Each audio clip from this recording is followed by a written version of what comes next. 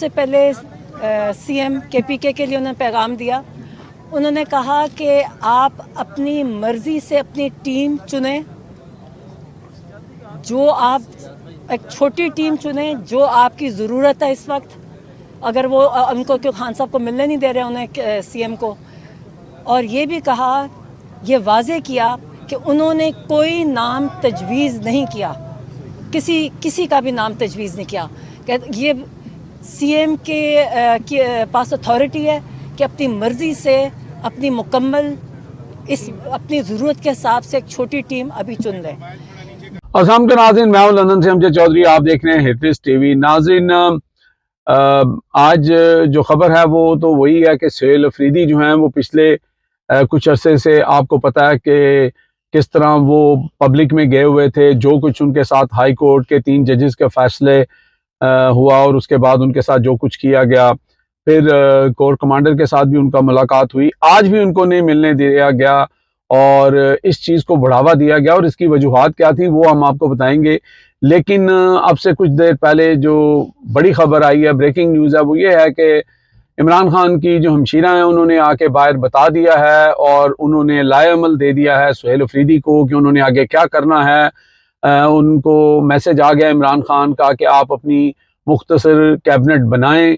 और उन्होंने साथ जो सबसे अहम ऐलान ये किया है कि इस कैबिनेट के अंदर किसी भी स्टैब्लिशमेंट के टाउट की जगह नहीं होगी। यानी कि उन्होंने ये कहा कि वो अपनी मर्जी से बनाएं। उन्होंने किसी को भी कैबिनेट में दाखिल करने या उनकी एंट्री की बात नहीं की है, क्योंकि हम बातें सुन रहे थे कि 2 लोगों को जो है वो इमरान खान ने कहा कि डालना ही डालना है। आपको पता है कि उनमें एक साहब जो हैं वो कितने करीब हैं ताकतवरों के, और वो किस तरह उनका जो एक मशकूक करदार जो हम देखते रहे अली मीन गंडापुर के दौर के अंदर, तो लिहाजा ये चीज़ जो है ये भी ऑब्वियस हो गई है। अब इमरान खान का मैसेज सुहेल अफरीदी को पहुंच गया है और लगता यह है कि कल तक या एक आध दिन के अंदर सुहेल अफरीदी एक मुख्तसर कैबिनेट जो है वो बना लेंगे। अब कैबिनेट बनाना ज़रूरी क्यों था? क्योंकि ये भी एक जाल था और डाला जा रहा था, क्योंकि इस चीज़ को थोड़ा सा और प्रलॉन्ग करके 1-2 एक्सक्यूज़ बनाकर, तो आइन के अंदर मेरे ख्याल शिक 35A है या कौन सी है मुझे एग्जैक्टली नहीं पता, उसके तहत आप जो है वो सुहेल अफरीदी को नाहल कर सकते हैं। क्योंकि अगर आप कैबिनेट नहीं बनाते तो आइन में इस चीज़ का इंदिया मौजूद है कि उनको इस वज़ीर आला शिप से उनके लिए प्रॉब्लम खड़ी की जा सकती थी, उनको हटाया जा सकता था। तो कहीं शायद ये भी एक था कि सुहेल अफरीदी एक यंगस्टर है, जज्बाती है, और जब तक अब उसने नारा लगा दिया है वो पीछे तो नहीं हट सकता। और सुहेल अफरीदी कर भी वैसे ही रहे थे, आज भी उनके जो बयानात हैं वो आपको हम बताते हैं। लेकिन इमरान खान ने बड़ा ज़बरदस्त ये मूव किया है और ये इजाज़त दे दी है कि आप कैबिनेट बनाएं और कैबिनेट बनाकर आप जो है वो काम शुरू करें। तो असल मकसद ये था कि इमरान खान के हुक्म के ऊपर होना था। अब इमरान खान ने जब उनको पूरा इख्तियार दे दिया है तो अब सुहेल अफरीदी भी चुन चुन के हीरे जो है ना वो लेके आएंगे। और उम्मीद बड़ी है कि इन हीरों में किसी किस्म के जो टाउट होते हैं उनकी एंट्री नहीं होगी। अब देखते हैं कि कौन कौन से लोग सुहेल अफरीदी की इस कैबिनेट के अंदर शामिल होते हैं। आज सुहेल अफरीदी ने जो है वो वकला से भी बात की और वहाँ पे उन्होंने कहा कि ये जो सब कुछ हो रहा है, जिस तरह 3 जजेस का फैसला जो है वो रद्दी की टोकरी में फेंका गया और ये सारा कुछ फेंका गया, इससे मुझे फ़र्क नहीं पड़ता, इससे मेरी इंसल्ट नहीं हुई।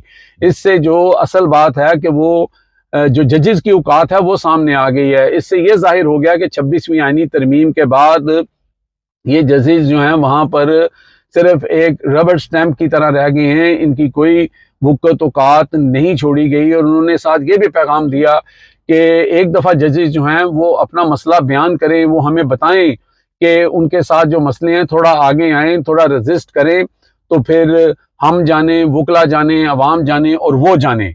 अब ये वो जाने आप समझते हैं कि किसको कहा जा सकता है। तो ये सारी सूरत हाल थी। दूसरी तरफ जुनैद अकबर के साथ आज सहाफ़ियों ने, वही जो आपको पता है कि इनके टाउट सहाफ़ी होते हैं, उन्होंने सवाल किया जी सुहेल अफरीदी जो है वो बड़ी अजीब लैंग्वेज इस्तेमाल कर रहा है, आइन और कानून को बालाताक रख के वो इस तरह की गुफ्तगू कर रहा है। तो उसके ऊपर जुनैद अकबर ने उन जो हजरत थे उनको जवाब दिया कि जनाब वाला मैंने तो ऐसी कोई चीज़ नोट नहीं की है कि सुहेल अफरीदी ने ऐसी कोई बात की है और जो आइन और कानून के मुताबिक ना हो।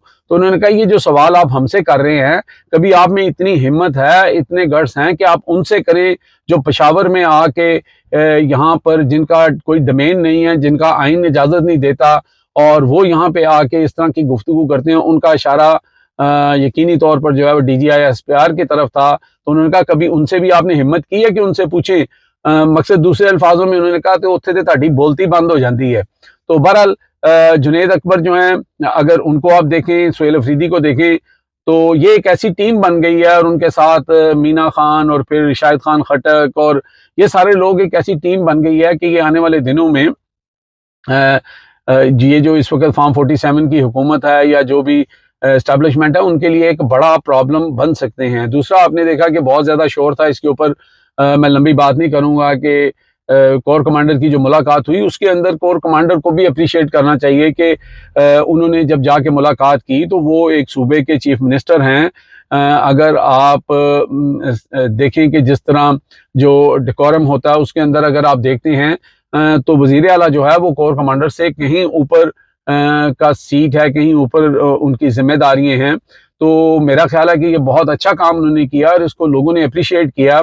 गो के ये भी साथ मुबैना तौर पर खबरें चल रही थी कि पहले कोई साहब आए जो अदारे से थे और उन्होंने आके थोड़ा इस तरह की लैंग्वेज इस्तेमाल की, थोड़ा जो है वो फुट डाउन करने की कोशिश की, लेकिन फिर बात वही है ना कि भाई 4.5 लाख जिसके अकाउंट में हो, जो किराए के घर में रहता हो, जो ग्रास रूट से ऊपर आया हो, जो इमरान के लिए कहे कि जो है मैं कुर्बान भी हो जाऊंगा उसके लिए, तो फिर उसको इन चीज़ों से फ़र्क नहीं पड़ता। मेरा ख्याल है कि अभी तक वो लोग जो बाय हुक एंड क्रुक और स्टिक के साथ काम कर रहे थे, उनको इस बात की समझ आ चुकी होगी कि भाई ये बंदा जो है ना, इसको ऐसे हैंडल नहीं किया जा सकता। डरा भी लिया, धमका भी लिया और प्रेशर भी डाल लिया, लेकिन वो इस बात को मान नहीं रहा। अब तक के लिए इतनी देखते रहे मेरा channel hit list by Amjad Chaudhary.